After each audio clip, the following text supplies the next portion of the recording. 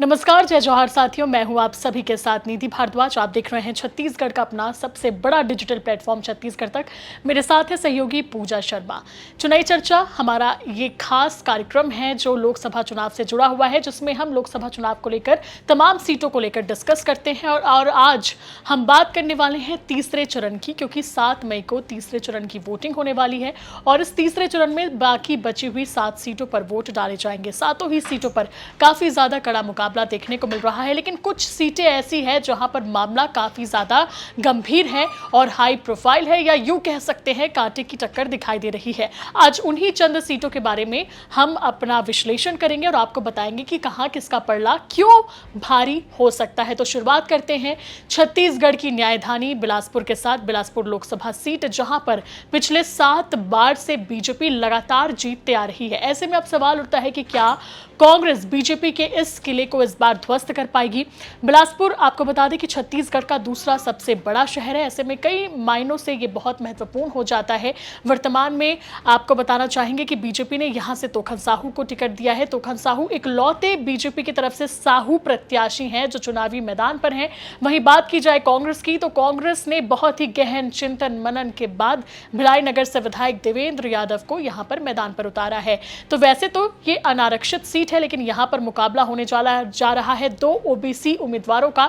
एक तो यादव समाज की तरफ से और दूसरा साहू समाज। वैसे तो साहू बाहुल्य इलाका, ये इसके जो आसपास के कई क्षेत्र हैं वहां पर साहू समाज की आबादी बहुत ज्यादा है। पिछले बार अगर हम देखें तो 2019 के लोकसभा चुनाव में अरुण साव यहां से जीत कर आए थे, बीजेपी के प्रत्याशी थे। उन्होंने अटल श्रीवास्तव को हराया था। तो साहू वर्ग बहुत बड़ी भूमिका तो निभाता है, लेकिन अन्य समाज जो हैं वो भी बहुत महत्वपूर्ण भूमिका निभाते हैं। एससी वर्ग हो चाहे फिर अन्य जो जाति हैं वो भी बराबर की भूमिका निभाते हैं। लेकिन यादव समाज इस बार काफी ज्यादा एक्टिव है, क्योंकि वो इसलिए खुश है क्योंकि पहली बार यादव समाज का कोई कैंडिडेट बिलासपुर लोकसभा सीट से चुनाव लड़ रहा है। अब समझते हैं कि यहां पर क्यों देवेंद्र यादव जो हैं वो भारी पड़ सकते हैं और क्यों तोखन साहू बाजी मार सकते हैं। तो पूजा, आप क्या समझ पा रही है कि इस सीट पर किस तरीके से जो मुकाबला है वो बहुत ज्यादा हाई प्रोफाइल और तगड़ा हो चुका है, और क्या वाकई देवेंद्र यादव का जो माहौल है वो जबरदस्त दिखाई दे रहा है? क्योंकि बहुत युवा नेता है। भिलाई की अगर बात करूं तो मैं खुद भिलाई से आती हूं और भिलाई में उनका बहुत अच्छा जनाधार है, युवाओं के बीच बहुत पॉपुलर है, उनके काम को लोग पसंद करते हैं। लेकिन भिलाई दुर्ग को छोड़कर बिलासपुर से उनको चुनाव लड़वाना, और जब उन्हें टिकट भी मिला तो कई जो स्थानीय नेता थे कांग्रेस के वो ही नाराज हो गए। आमरण अनशन तक की स्थिति आ गई थी। 2-4 दिनों तक एक स्थानीय नेता वहां पर आमरण अनशन कर रहे थे।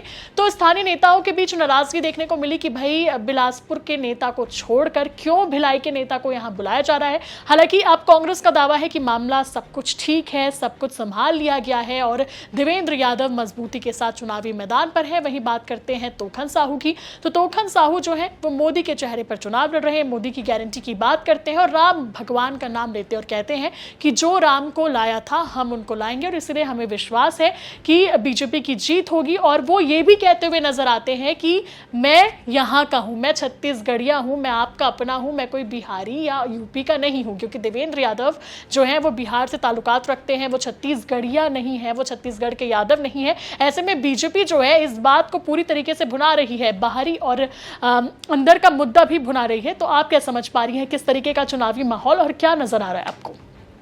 बिल्कुल, जैसा कि आपने जिक्र किया भिलाई का, वो भिलाई से हैं और यही कारण है कि लोगों के बीच और युवाओं के बीच उनका व्यापक जनाधार है। और इसका रिजल्ट हमने देखा साल 2023 के विधानसभा चुनाव में, क्योंकि तमाम तरह के घोटालों के आरोप उन पर लगे हुए थे। कथित कोल घोटाला मामले में जो है आरोपी बनाए गए हैं देवेंद्र यादव, उसके बावजूद भी उन्होंने यहां से जीत हासिल की। यानी कि कहीं ना कहीं जो स्थानीय जनता है भिलाई की वो उन्हें पसंद करती है और काफी ज्यादा युवा चेहरे हैं और यही कारण है कि उन्हें भिलाई से बिलासपुर शिफ्ट किया गया। हालांकि बाहरी प्रत्याशी होने का काफी ज्यादा यहाँ पर उनका विरोध भी किया गया कि बाहरी प्रत्याशी को यहाँ पर चुनावी मैदान में उतारा है। लेकिन अगर साहू समाज की हम बात करें तो साहू साहू समाज जो है वो बाहुल इलाका बिलासपुर का माना जाता है, लेकिन अगर यहाँ पर बात करें यादव समाज की तो यादव समाज जो है काफी ज्यादा खुश है। उनका कहना है कि हमारे समाज के व्यक्ति को यहाँ पर से चुनावी मैदान में उतारा गया है तो पूरा यादव समाज का जो वोट है वो देवेंद्र यादव के खेमे में जाएगा और हम भरपूर सहयोग करेंगे, क्योंकि पहली बार ऐसा हुआ जब यादव समाज के लोगों को यहाँ पे प्रत्याशी बनाया गया है। तो ये तो बात हुई यादव समाज के प्रत्याशी होने की बात, लेकिन विरोध के सुर भी काफी ज्यादा देखने को मिले। खुद उनके जो नेता है, पार्टी के बड़े नेताओं ने देवेंद्र यादव के खिलाफ मोर्चा खोल दिया था। विष्णु यादव का हम जिक्र करना चाहेंगे, जो पार्षद थे, उन्होंने देवेंद्र यादव को लेकर काफी ज्यादा बड़ी टिप्पणी की थी। उन्होंने यहाँ तक कह दिया था कि अगर देवेंद्र यादव का टिकट यहाँ पर नहीं काटा गया तो फिर उनको गंभीर परिणाम कांग्रेस पार्टी को भुगतने पड़ सकते हैं। खुद धनेंद्र यादव, कांग्रेस के जो दिग्गज नेता धनेंद्र साहू, माफ कीजिएगा, धनेंद्र साहू जो है उन्हें वहां पर मनाने पहुंचे थे विष्णु यादव को, और उनके सामने उन्होंने कांग्रेस को खूब खरी खोटी सुनाई थी। और क्या हुआ, दूसरे दिन उन्होंने बीजेपी का दामन थाम लिया। तो ये एक बड़ा जो आक्रोश है वो देखने को मिल रहा है देवेंद्र यादव को लेकर। और हाँ, जैसा कि आपने कहा निधि कि वो यहाँ से नहीं, बिहार से हैं और बाहरी होने का कहीं ना कहीं ये दंश उनको झेलना पड़ सकता है। लेकिन जो बड़ा खेमा है यादव समाज का, वो भी इस बार काफी ज्यादा महत्वपूर्ण भूमिका निभाता नजर आ रहा है और काफी ज्यादा उत्साहित इसलिए भी नजर आ रहा है क्योंकि देवेंद्र यादव उनके समाज से आते हैं। युवाओं के बीच काफी ज्यादा लोकप्रिय है और युवाओं को लगता है कि जो युवा चेहरा है वो उनकी बातों को समझेगा, बेरोजगारी के मुद्दे पर और उनके रोजगार के लिए बात करेगा, उनके लिए आवाज उठाएगा। इसलिए युवाओं का भी एक बड़ा जनाधार देवेंद्र यादव के पलड़े में जाता नजर आ रहा है। लेकिन एक पोस्टर वार भी वहां पर हुआ है। जिस तरह से आप देखेंगे कि जब भी कोई प्रत्याशी चुनावी मैदान में उतरता है तो वॉल पेंटिंग की जाती है। तो वहां पर एक जिस तरह से बेलतरा में लिखा गया, कांग्रेस प्रत्याशी देवेंद्र यादव को कमल छाप पर वोट करके विजयी बनाए। तो ये काफी ज्यादा सुर्खियां बटोरने वाला था। हालांकि फिर बाद में ये कहा गया कि गलती से ऐसा हो गया है। तो ये जो छोटे छोटे मुद्दे हैं ये काफी ज्यादा निकलकर सामने आते हैं। और इस बीच बात टोकन साहू की हो तो हाँ, ये बिल्कुल नहीं मानना चाहिए कि देवेंद्र यादव कड़ी टक्कर नहीं दे रहे हैं। अगर ऐसा नहीं होता तो एक बार फिर जिक्र करेंगे यूपी के योगी आदित्यनाथ की, जो फायर ब्रांड नेता माने जाते हैं। उन्होंने खुद बिलासपुर में सभा की। बिलासपुर में जब उनकी सभा होने वाली थी उससे पहले काफी बड़ी संख्या में यहाँ पर बुलडोजर रैली निकाली गई, क्योंकि लोग मानते हैं बुलडोजर यानी योगी आदित्यनाथ, और बुलडोजर शांति का प्रतीक भी होता है। तो बुराइयों को ध्वस्त करने की हिम्मत भी बुलडोजर में होती है और कुछ ऐसा ही जो चेहरा बना हुआ है योगी आदित्यनाथ का। और ये काफी ज्यादा व्यापक तरीके से वहां पर बुलडोजर रैली निकाली गई। योगी आदित्यनाथ जमकर गरजे वहां पर। तो कहीं ना कहीं ये बिल्कुल नहीं मान लेना चाहिए कि देवेंद्र यादव बहुत आसान टक्कर है बीजेपी के लिए, क्योंकि कड़ी टक्कर तो देते नजर आ रहे हैं। नीति वाकई कड़ी टक्कर तो है और इसीलिए लगातार जो बीजेपी के बड़े नेता हैं वो बिलासपुर में अपना फोकस बनाए हुए हैं ताकि ये जो बीजेपी की सीट है वो बरकरार रहे, हाथ से ना फिसल जाए। लेकिन देवेंद्र यादव कोई मौका नहीं छोड़ रहे हैं। वो मौन सांसद का टैग लेकर लगातार जनता के बीच जा रहे हैं और कह रहे हैं कि 7 बार आपने बीजेपी को मौका दिया। बीजेपी के सांसद पिछले 7 यानी कि 35 साल से बिलासपुर का प्रतिनिधित्व संसद में कर रहे हैं, लेकिन बिलासपुर के लिए कोई आवाज नहीं उठाई। ये मौन सांसद रहे। एक बार आप कांग्रेस को मौका दीजिए, देखिए कैसे मैं बिलासपुर की आवाज से संसद तक पहुंचाऊंगा और आप लोगों के लिए काम करूंगा। तो बहुत ही जबरदस्त तरीके से उनका प्रचार अभियान जारी है। और युवा हैं तो सोशल मीडिया पर भी जो जुड़ाव है वो काफ़ी ज़्यादा है। सोशल मीडिया पर एक्टिव है, लोगों से लगातार जनसंपर्क कर रहे हैं। और ख़ास बात ये है कि जो उनके कार्यकर्ता हैं, दुर्ग भिलाई से जुड़े जो उनके कार्यकर्ता हैं, वो भी बिलासपुर में शिफ्ट कर दिए गए हैं। तो ना केवल बिलासपुर का जो कार्यकर्ता है कांग्रेस का, उसके अलावा जो दुर्ग भिलाई के भी कांग्रेसी कार्यकर्ता हैं वो लगातार देवेंद्र यादव के पक्ष में चुनाव प्रचार कर रहे हैं, उनके लिए काम कर रहे हैं। तो बहुत ही कड़ा मुकाबला और बहुत ही रोचक मुकाबला तीसरे चरण में बिलासपुर लोकसभा सीट में देखने को मिलेगा। और अब तक जो विश्लेषण आता है, यानी कि जो पिछले चुनाव को अगर हम देखें तो बिलासपुर लोकसभा सीट के अंदर 8 विधानसभा सीटें आती हैं, जिसमें वर्तमान में 6 पर बीजेपी काबिज है, वहीं 2 पर बस कांग्रेस है। और इतिहास भी देखें तो पलड़ा हमेशा बीजेपी का भारी रहा है। यहाँ के जो वोटर्स हैं उनका झुकाव बीजेपी के तरफ ज्यादा दिखाई देता है। लेकिन इस बार कुछ भी हो सकता है, संभव है कि क्या पता देवेंद्र यादव को यहाँ की जनता चुन ले, नया मौका दे दे। तो काफ़ी तगड़ा मुकाबला है। अब हम अगली कुछ सीटों पर भी बात कर लेते हैं और अगली सीट है जांजगीर लोकसभा सीट की, जो जहां से यहाँ से बीजेपी ने कमलेश जांगड़े को मौका दिया है, तो वहीं कांग्रेस की तरफ से पूर्व नगरीय प्रशासन मंत्री रहे, कांग्रेस के बड़े नेता रहे शिव कुमार डहरिया चुनावी मैदान पर हैं। एससी वर्ग के लिए आरक्षित है ये सीट और 2004 से बीजेपी यहां पर लगातार जीत रही है। तो 4 बार से बीजेपी के सांसद यहां से चुनकर आ रहे हैं और इस बार क्या होगा ये तो समझने वाली बात होगी। लेकिन जांजगीर में फिलहाल जो है प्रधानमंत्री नरेंद्र मोदी का भी दौरा देखने को मिला था। यहां पर जीत हासिल करने के लिए खुद पीएम नरेंद्र मोदी ने बड़ी विशाल जनसभा को संबोधित किया। कमलेश जांगड़े के पक्ष में उन्होंने जमकर चुनाव प्रचार किया। वहीं शिव कुमार डहरिया की बात करें तो उनके लिए अभी तक कांग्रेस की तरफ से कोई दिखाई नहीं देता, किसी तरीके की बड़ी जनसभा नहीं हुई है।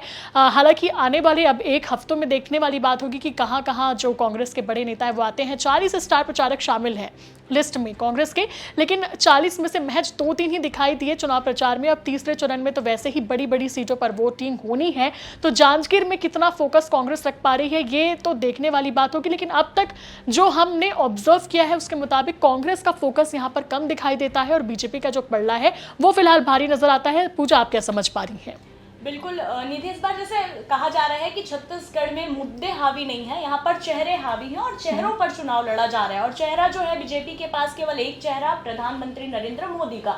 बीजेपी खुद ये बात गाहे बगाहे कहते सुने गए हैं। बीजेपी के कार्यकर्ताओं की बात कर ले, प्रवक्ताओं की बात, वो खुद कहते हैं कि चाहे प्रत्याशी कोई भी हो, चेहरा प्रधानमंत्री नरेंद्र मोदी है। शिव कुमार डहरिया के लिए वाकई यहाँ पर किसी भी तरह से कांग्रेस के किसी भी दिग्गज नेता की सभा यहाँ पर होती नजर नहीं आई।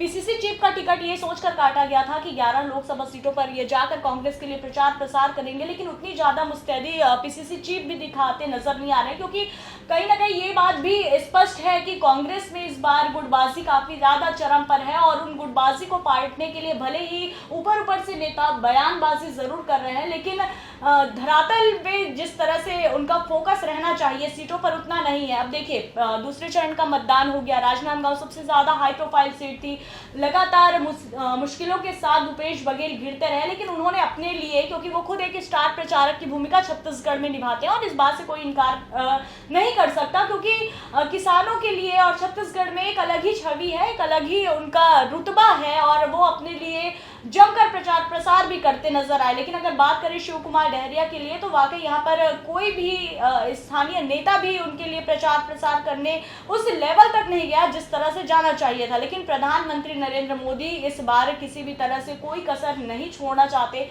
फूक फूक कर कदम बीजेपी यहाँ पर रख रही है, क्योंकि साल 2023 का जो विधानसभा चुनाव हुआ वो काफी ज्यादा हैरान करने और चौंकाने वाला था और बीजेपी भी ये बात मान रही होगी कि भले ही मोदी लहर चले, जब मोदी लहर चली थी साल 2019 में, तो बीजेपी के परंपरागत सीट पर कांग्रेस सेंध लगाने में कामयाब हो गई थी। बस्तर सीट की मैं बात कर रही हूँ निधि। तो इस बार भी ऐसा कुछ हो सकता है और बीजेपी किसी भी तरह से रिस्क लेने के मूड में नहीं है, क्योंकि 11 में से 11 कमल खिलाने के दावे बीजेपी कर रही है।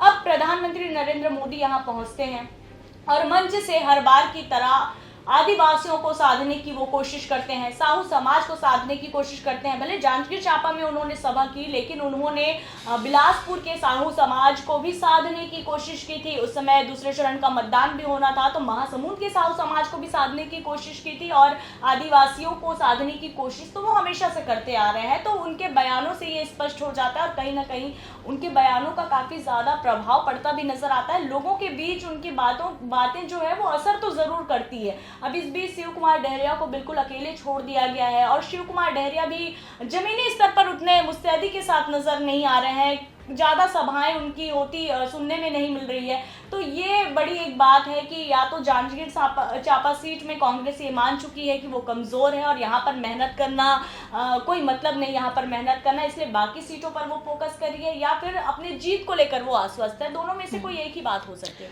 देखिए, जांजगीर एक ऐसी सीट है जहाँ पर कांग्रेस पहले से काफी मजबूत थी। चरणदास महंत जो कि नेता प्रतिपक्ष हैं, उनके प्रभाव वाला ये इलाका है और विधानसभा चुनाव में इकलौता जांजगीर ऐसा विधानसभा था जहाँ की सभी सीटों पर कांग्रेस ने जीत हासिल की थी। इस जिले की सभी सीटों पर इस वक्त कांग्रेस का कब्जा है।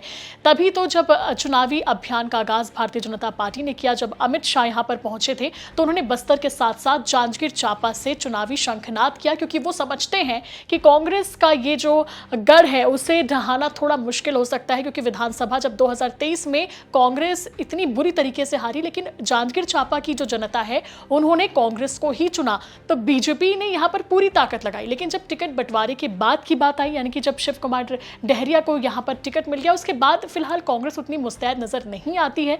हालांकि कुछ भी हो सकता है, लोकसभा चुनाव है और हम ये बार बार कह रहे हैं कि ये तो सिर्फ आकलन है और जनता जनार्दन है, जनता कब क्या कर दे कुछ पता नहीं चलता। जांजगीर में फिलहाल जो है वो, अगर हम ऐसे समीकरण देखा जाए विधानसभा चुनाव के आधार पर, तो कांग्रेस के पक्ष में चीजें दिखाई देती हैं, वहां के लोग भी जो है वो कांग्रेस की तरफ ज्यादा दिखाई देते हैं। लेकिन लोकसभा चुनाव में बार बार यही बात दोहराई जाती है कि मुद्दे अलग हो जाते हैं, चेहरे अलग हो जाते हैं, और शिव कुमार डहरिया के ऊपर भ्रष्टाचार के आरोप लगे हैं। जब वो मंत्री थे तो उन पर कई तरह के गंभीर आरोप लगे, उनकी पत्नी पर भी आरोप लगे कि सामुदायिक भवन को उन्होंने हथिया लिया, गरीबों की जमीनों को उन्होंने हथिया लिया। तो इसका भी एक बड़ा इंपैक्ट इस बार के चुनाव में देखने को मिल सकता है। कमलेश जांगड़े जो है वो एक नया चेहरा तो है, लेकिन काफी टाइम से वो सक्रिय हैं, सरपंच भी रह चुके हैं, उनके कामकाज को लोग वहां पर पसंद भी कर रहे हैं, जमीनी नेता है, जुड़ी हुई नेता है जांजगीर चांपा की। तो ऐसे में देखने वाली बात होगी कि जांजगीर की जनता किसे अपनाती है। फिलहाल इस हमारी चुनावी चर्चा में इतना ही। कल हम फिर हाजिर होंगे नए विश्लेषण के साथ। मुझे और मेरी सहयोगी पूजा को दीजिए इजाजत, और अगर आपने अभी तक हमारा चैनल सब्सक्राइब नहीं किया है तो सब्सक्राइब जरूर करें। और अब हम आपसे जानना चाहेंगे कि बिलासपुर और जांजगीर सीट में कौन जीत सकता है, किसका पल्ला भारी है और यहां पर कौन से मुद्दे हावी रह सकते हैं, आप कमेंट जरूर करें। और अगर आप चाहते हैं कि हम किसी सीट पर किसी पर्टिकुलर मुद्दे पर डिस्कस करें तो भी आप अपनी राय रखें, हम जरूर कोशिश करेंगे आपकी बातों को लोगों तक और जिम्मेदारों तक पहुंचाने की। नमस्कार, जय जौहार।